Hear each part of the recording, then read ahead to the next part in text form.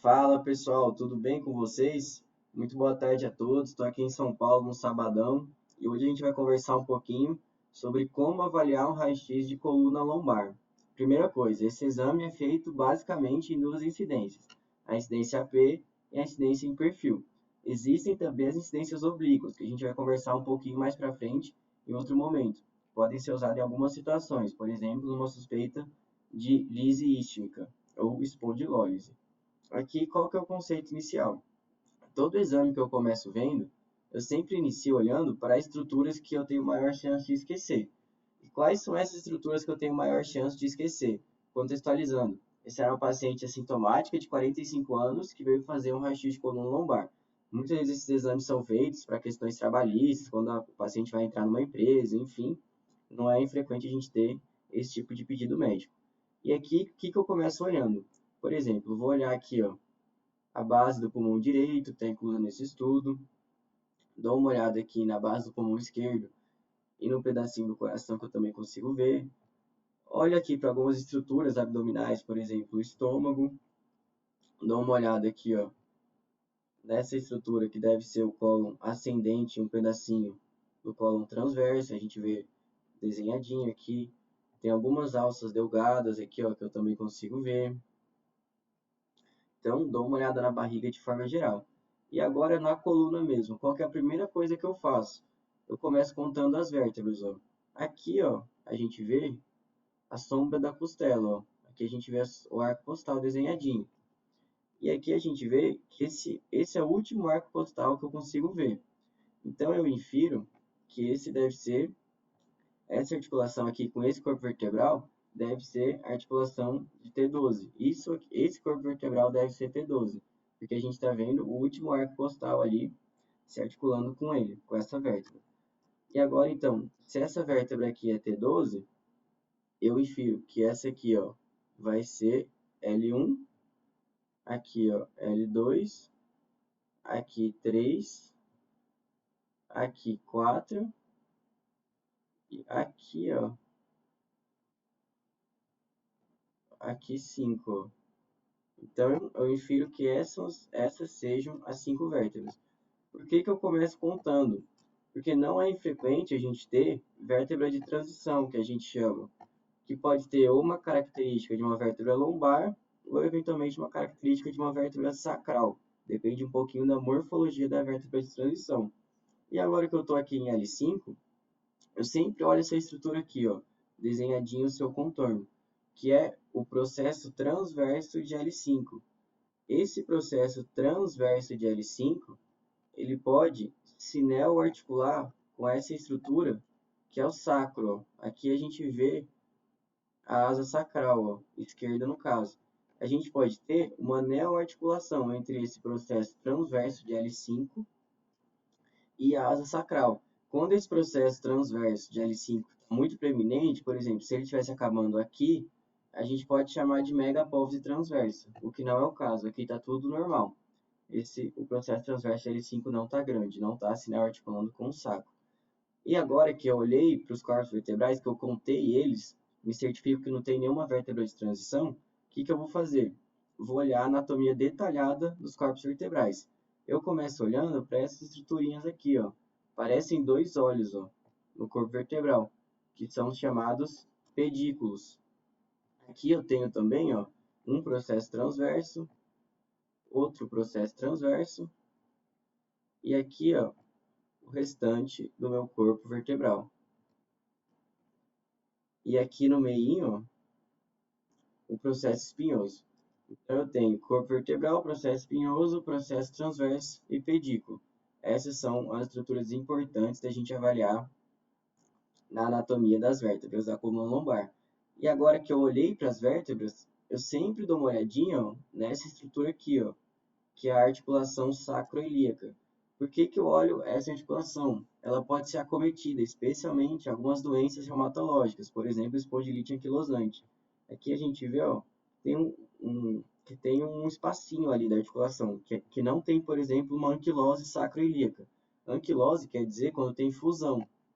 Se eu estivesse vendo uma anquilose, ou seja, se eu não tivesse vendo esse espacinho preto aqui entre o sacro que é essa estrutura, e o ilho, que é essa estrutura, eu poderia pensar numa anquilose sacroiliaca, mas aqui não tem, tá tudo bem.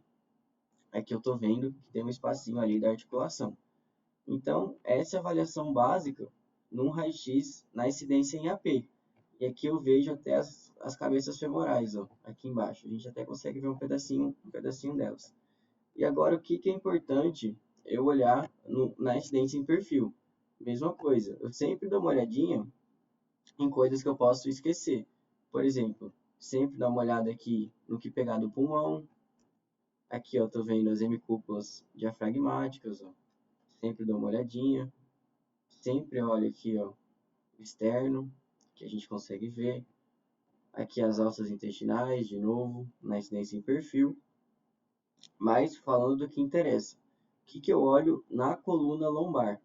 A primeira coisa, ó, eu vou olhar o alinhamento posterior entre os corpos vertebrais, ó, para ver se não tem nenhuma retrolistese ou uma anterolistese. Ou seja, se não tem nenhum corpo vertebral para frente ou para trás em relação ao de baixo.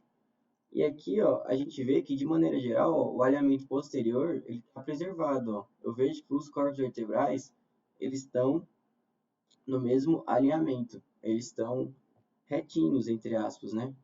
Aqui eu não tenho nenhuma anterolistese, não tenho nenhuma retrolistese. O que é uma anterolistese e o que é uma retrolistese? É, exatamente, o nome já ajuda bastante a gente. Anterolistese é quando tem o deslizamento de um corpo vertebral em relação ao outro.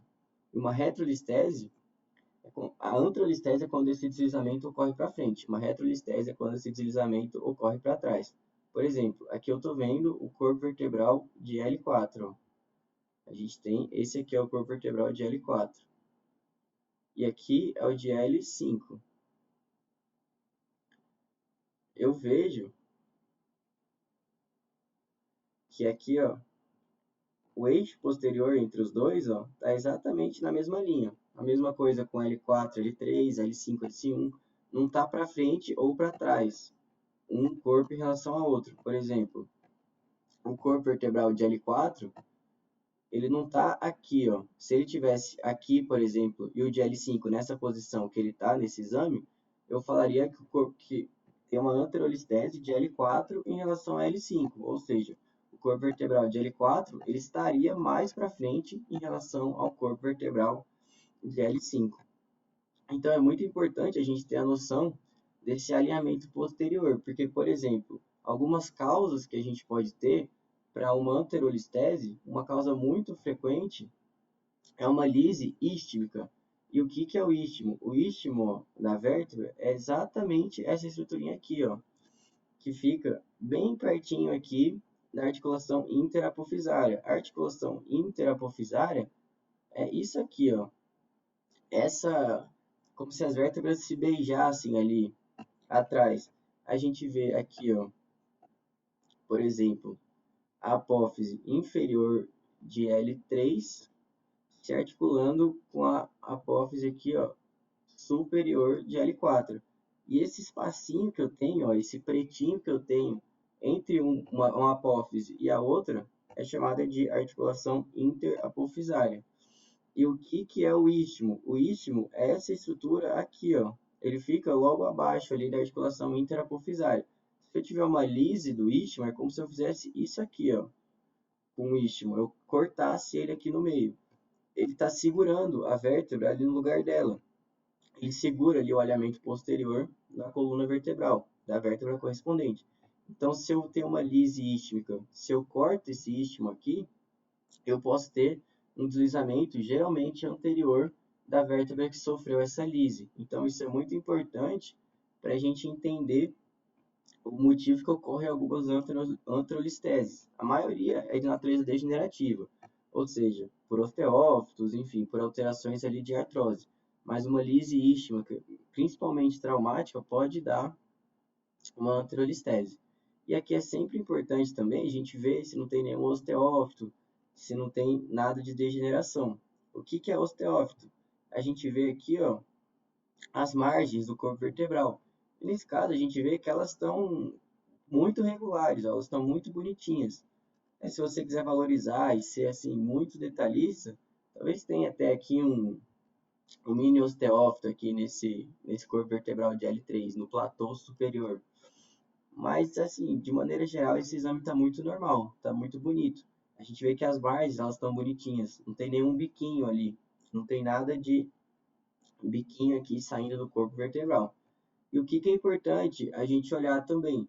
Sempre olhar os espaços discais. Por exemplo, aqui ó, eu vejo esse espaço, que é do disco entre L5 e S1. Aqui esse eu vejo esse espacinho, ó, que é do disco entre L4 e L5, L3 e L4.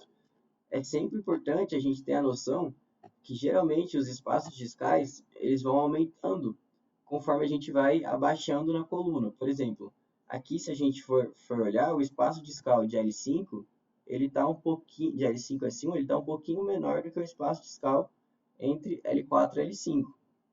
Então aqui, se eu quisesse valorizar esse achado para falar que tem uma leve redução do espaço discal de L5 a S1, eu estaria autorizado a falar, porque geralmente os espaços discais mais inferiores, eles tendem a ser um pouquinho maiores do que os espaços discais mais superiores, porque eles suportam uma maior carga, eles têm um maior peso ali para suportar da coluna lombar. Lembre que a maior carga vai estar aqui em L5 e S1, que é o espaço discal mais inferior. Então aqui, de maneira geral, eu sempre dou uma olhada com muita calma nessa incidência em perfil, nesse alinhamento posterior na coluna lombar. Isso é muito importante, a gente consegue ter uma noção muito boa aqui no perfil em como está esse alinhamento. E outra coisa, outro detalhe que é muito importante no perfil é nunca esquecer de ver também os corpos vertebrais das vértebras torácicas. Por exemplo, elas estão aqui, ó, a gente vê que não tem nenhuma fratura. A altura deles está preservada. A gente vê que eles estão aqui, ó, quadradinhos, bem bonitinhos. A gente não vê nenhuma fratura, nada de diferente nesses corpos vertebrais. Então, isso é bastante importante, porque eu já vi alguns casos, por exemplo, que a gente tinha um raio-x de coluna lombar, mas a alteração estava, por exemplo, numa vértebra torácica. Por exemplo, como se T12 tivesse uma fratura aqui. E a pessoa que laudou acabou esquecendo de olhar a coluna torácica, o que não é infrequente, e acabou deixando passar essa alteração. Então, sempre é importante a gente ter em mente de olhar a coluna torácica. E também sempre dar uma olhadinha aqui, ó, nas vértebras sacrocoxígeas. Por mais que não seja o foco do exame, a gente sempre consegue dar uma olhada, a gente sempre consegue ter uma noção ali se está tudo ok, se está tudo bem. E por fim, aqui atrás, ó, essa estrutura aqui, ó, que parece uma cauda que se projeta mais posteriormente, esse aqui é o processo espinhoso, mas a gente está vendo ele numa visão em perfil. A gente tinha visto ele aqui, ó, na visão em AP, e ele ficava aqui no meio. Agora a gente está vendo essa mesma estrutura, só que lá atrás, ó, numa incidência em perfil. Então, basicamente, a análise do raio-x de coluna lombar é isso que eu tinha para passar para vocês. Se vocês tiverem qualquer sugestão de conteúdo, quiserem mandar comentário, enfim, críticas, elogios, qualquer coisa, a gente está sempre aberto aí a receber vocês aqui. Lembrem que esse espaço é de vocês e a gente está aqui para ajudar, para tentar trazer esses exames de uma maneira mais fácil. A gente vai continuar a nossa análise aí com essas estruturas, com esses exames mais básicos. A gente quer trazer bastante conteúdo aí de raio-x, porque a gente sabe que esse é um exame que tem muito, que o pessoal faz muito aí na vida. Então, um forte abraço a vocês, obrigado pela atenção de todos. Até mais.